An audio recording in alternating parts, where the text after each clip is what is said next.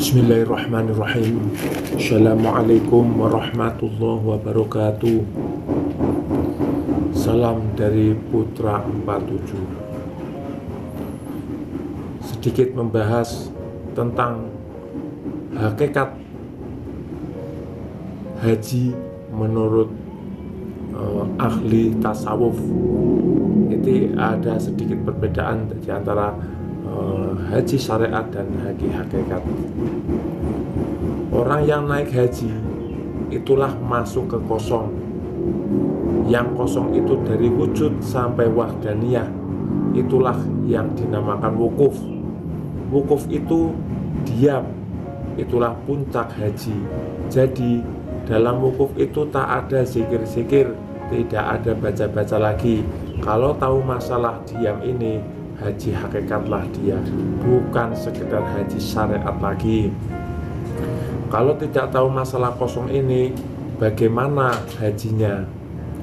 Apa yang dimaksud wukuf itu? Wukuf itu adalah diam. Waktu kita baru sampai di Arafah, apa yang kita pandang? Kosong dulu. Arafah itu berada di mana kalau bukan di dalam kosong? Bertempat di kosong, jadi bukan sekedar wukuf di Arafah. Arafah itu sendiri di dalam tubuh kosong. Berbeda wukuf di Arafah dengan wukuf di kosong. Pergi berhaji itu apa maksudnya? Maksudnya adalah wafi anfusikum afala tubsirun. Ka'bah itu bersifat sulbiyah. Kosong ini penampang, kita ini hanya nur. Inilah rukun yang kelima, adalah rukun haji. Waktu kita baru sampai di Arafah, apa yang kita pandang? Kosong dulu, bukan Arafahnya yang kita pandang, melainkan kosong, tembus menembus, tidak ada hijabnya. Inilah yang dikatakan pandangan Allah Subhanahu wa Ta'ala yang tembus menembus. Kosong ini zat yang terdahulu ada. Jadi orang naik haji itu puncaknya masuk ke kosong. Jadi kosong ini rukun haji. Kalau tidak paham ini, hajinya baru haji wukuf Arafah. Arafah ini ada di mana kalau bukan di tubuh kosong? Yang benar itu kita wukuf di Arafah atau wukuf di tubuh Arafah. Masalah wukuf ini jangan disepelekan, sebab inilah puncak segala ritual haji. Siapa memandang dirinya putih, ikhramlah dia, hajilah dia, usailah perjalanan ilmu dan Islamnya sempurna, karena perjalanan Islam itu sampai rukun kelima, yaitu haji. Waktu kita baru sampai di Arafah, yang kita pandang adalah kosong. Jadi hakikat haji sebenarnya ialah untuk mendapatkan musyahadah tentang Tuhan. Haji itu bukan untuk bisa melihat Ka'bah dari dekat lalu berfoto-foto di depannya, bukan untuk mencium Hajar Aswad, melainkan untuk mendapatkan musyahadah tentang Tuhan. Meskipun kita wukuf di Mekah tapi tidak mendapatkan musyahadah tentang Tuhan, sama saja dengan wukuf di daerah sendiri. Meskipun kita wukuf di daerah sendiri, kalau kita mendapatkan musyahadah tentang Tuhan, di tanah sucilah kita. Syekh Bayazid Al-Bustami suatu saat pergi naik haji ke Mekah. Pada haji kali pertama, ia menangis. Aku belum berhaji, isaknya, karena yang aku lihat cuma batu-batuan Ka'bah saja.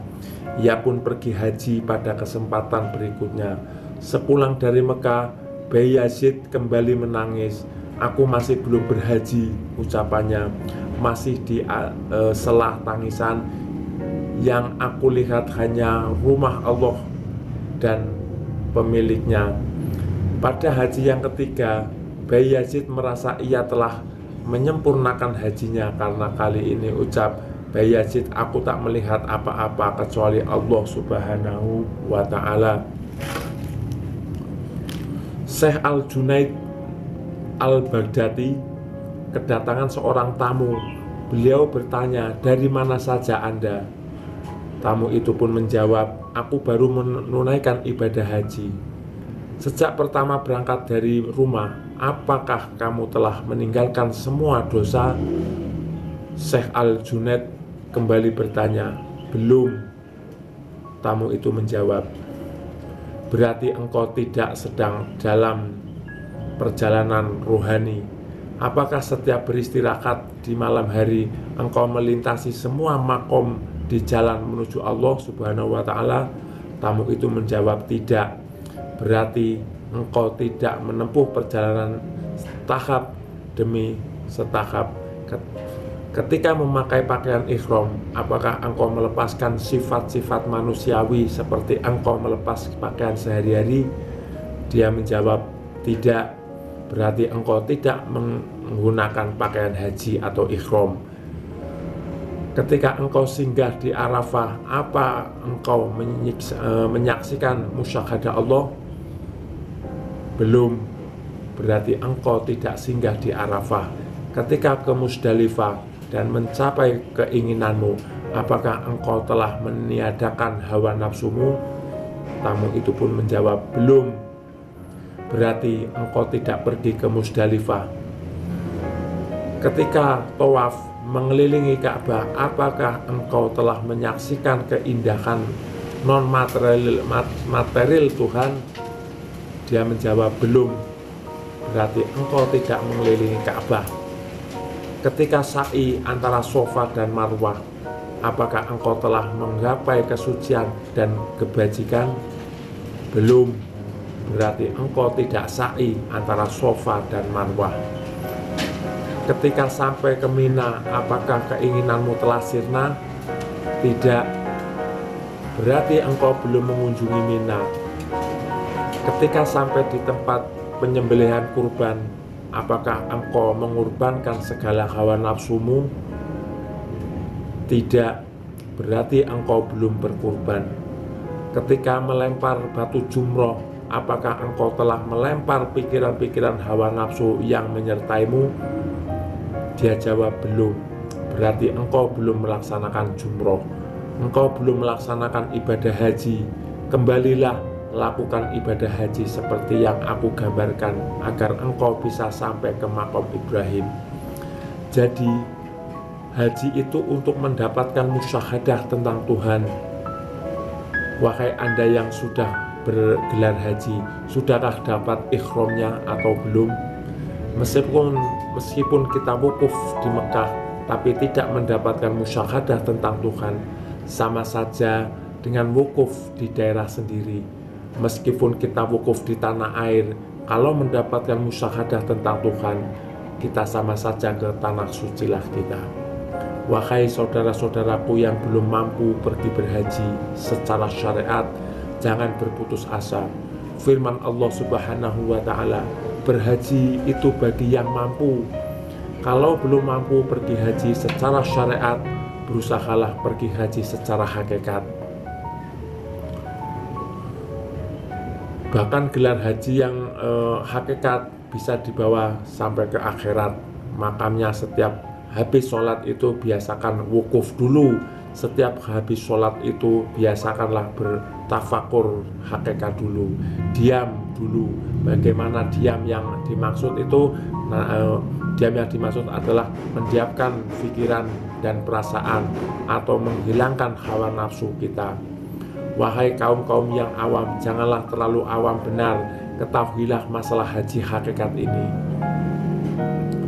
Jangan membangga-banggakan gelar haji. Kalau sekedar haji syariat, buat apa? Ini bukan mau membunuh rukun Islam, bukan mau membunuh syariat pergi berhaji ke tanah suci. Orang yang meraih haji hakikat, kalau dia sudah berkumur dalam wudu, tidak ada lagi bicara dengan tujuan yang kotor. Orang yang meraih haji hakikat, kalau sudah membasuh kepala dalam wudu, tidak ada lagi pikiran-pikiran untuk menipu orang dengan gelarnya. Orang yang meraih haji hakikat, kalau sudah lubang hidungnya terbasuh air wudhu, tidak ada lagi hidung melambung waktu orang memulakan panggilan dengan kata haji di depan namanya. dan tidak ada lagi kebanggaan dalam hati, aku ini haji. Orang yang meraih haji hakikat, kalau tangannya sudah terbilas air wudhu, tidak ada lagi perbuatan yang bersifat merusak, meskipun dengan alasan menegakkan hak yang hak. Orang yang meraih haji hakikat, kalau kakinya sudah diusap air wudhu, tidak ada lagi melangkahkan kaki ke tempat-tempat maksiat. Kalau ada haji yang masih berbicara dengan tujuan muslihat kotor, berpikir untuk menipu orang lain, berbangga diri, berbuat kerusakan, dan berjalan ke tempat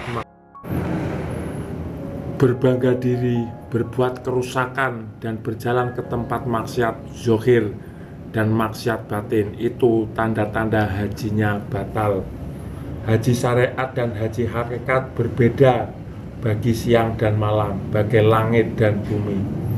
Sikap seorang haji hakikat itu yang jahat dinasehati, bukan dirusak, baru bisa kelihatan Islam itu kuat karena bersifat menasehati. Haji-haji itu mestinya jadi penasehat orang yang maksiat, bukan jadi perusak tempat-tempat maksiat. Sedikit uraian tentang haji syariat dan haji hakikat, mudah-mudahan bermanfaat. Wassalamualaikum warahmatullahi wabarakatuh.